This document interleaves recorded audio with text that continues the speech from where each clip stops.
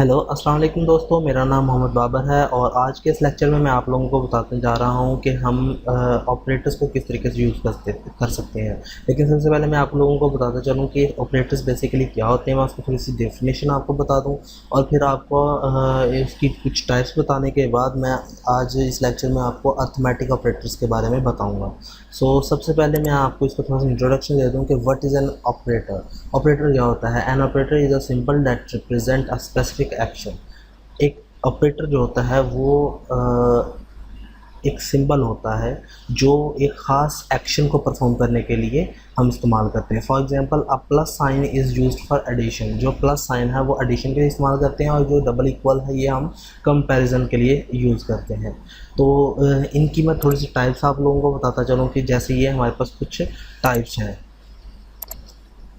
सबसे पहले तो है टाइप्स ऑफ ऑपरेटर। फर्स्ट है अर्थमेटिक ऑपरेटर। अर्थमेटिक ऑपरेटर्स क्या होते हैं जिसमें हम प्लस माइनस मल्टीप्लाई डिवाइड और मॉड्यूलस को यूज़ करते हैं। इसके बाद कंपैरिजन ऑपरेटर्स आते हैं। कंपैरिजन ऑपरेटर्स में हम एक या दो से ज़्यादा वैल्यूज़ का एक दूसरे में मुआवजा चेक करते हैं। वो भी मैं आपको नेक्स्ट आने वाली क्लासेस में बताऊँगा कि ये कंपैरिजन ऑपरेटर्स कैसे इस्तेमाल होते हैं। लेकिन इस क्लास में मैं आपको अर्थमेटिक ऑपरेटर्स के बारे में बताऊँगा। और लॉजिकल ऑपरेटर्स जैसे कि और, नॉर, एंड, इन और नॉट जो ऑपरेटर्स हैं इनको हम लॉजिकल ऑपरेटर्स बोलते हैं। और असाइनमेंट ऑपरेटर्स कौन से होते हैं? अगर आप किसी वेरिएबल को वैल्यू असाइन करते हो उनको हम असाइनमेंट ऑपरेटर्स बोलते हैं। जैसे कि हमने अपने कोडिंग के अंदर मैं आप लोगों को ऑलरेडी बता चुका हूँ कि जैसे $a बराबर है, मैं इसको वैल्यू असाइन करता था 20, तो ये जो इक्वल है इसके अंदर ये असाइनमेंट ऑपरेटर कहलाता है। इसी तरीके से कंडीशनल ऑपरेटर्स होते हैं। कंडीशनल ऑपरेटर्स ये होते हैं कि जिसमें हम इफ़ का इस्तेमाल करते हैं और हम कंडीशन उस पर लगाते हैं कि अगर ऐसा एक वैल्यू ट्रू हो, यानी कि एक हमारा जो अपने उसको लॉजिक दिया हुआ वो सही हो जाए तो इसको ट्रू कर दो, अदरवाइज़ इसको फॉल्स कर दो। तो इसकी आज की क्लास में हम अर्थमेटिक ऑपरेटर्स को देखते हैं। अर्थमेटिक ऑपरेटर्स हमारे पास तकरीबन 5 तरह के होते हैं। उसके लिए सबसे पहले तो मैं अपने ब्राउज़र में अपनी कोडिंग में आकर तो यहाँ पे 2 वेरिएबल्स क्रिएट करता हूँ। एक मैंने $a के नाम से क्रिएट कर लिया हुआ है और एक मैं $b के नाम से क्रिएट कर देता हूँ। तो यहाँ पर मैं $b के 10 वैल्यू असाइन कर देता हूँ और यहाँ पर आकर मैं इसको इको करवाता हूँ। इको में क्या करता हूँ कि मैं कहता हूँ कि $a को प्लस कर दो $b में। अब ये जो प्लस है ये एक अर्थमेटिक ऑपरेटर है, यानी कि हमारा ये क्या काम करेगा? प्लस का फंक्शन जो है ऑपरेट करेगा। मैं इधर आता हूँ, रिफ्रेश करता हूँ तो यहाँ पे 30 आ गया।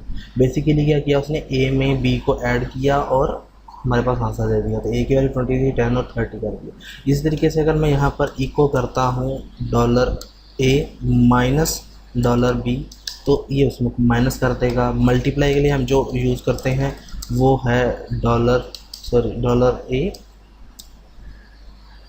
स्टार। हम मल्टीप्लाई के लिए हम स्टार का बटन यूज़ करते हैं और b। और डिवाइड के लिए यहाँ पर $a स्लैश $b। इसको सेव कर लेते हैं और रिफ्रेश।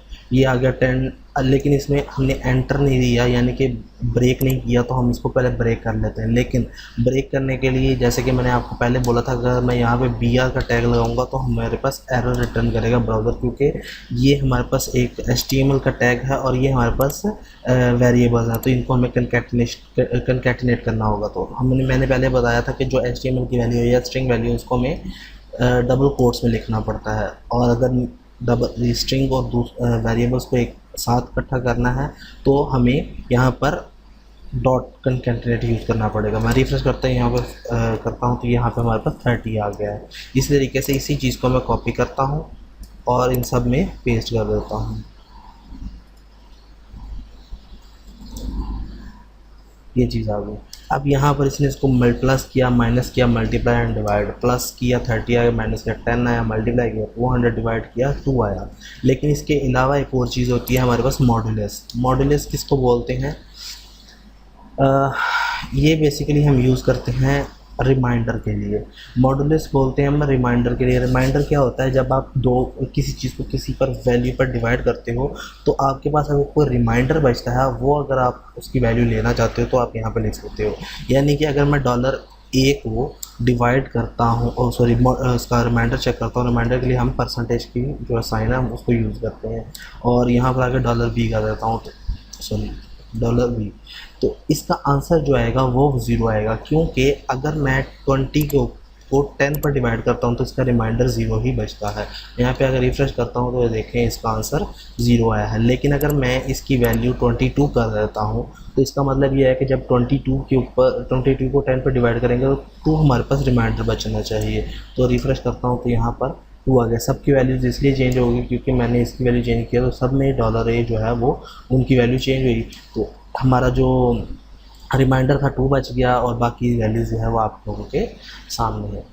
तो मुझे उम्मीद है कि आप लोगों को इसकी समझ आई है। इंशाल्लाह नेक्स्ट क्लास में हम जो है मज़ीद ऑपरेटर्स को का यूज़ देखेंगे, किस तरीके से कर सकते हैं। तब तक के लिए मुझे इजाज़त दें। अल्लाह हाफ़िज़।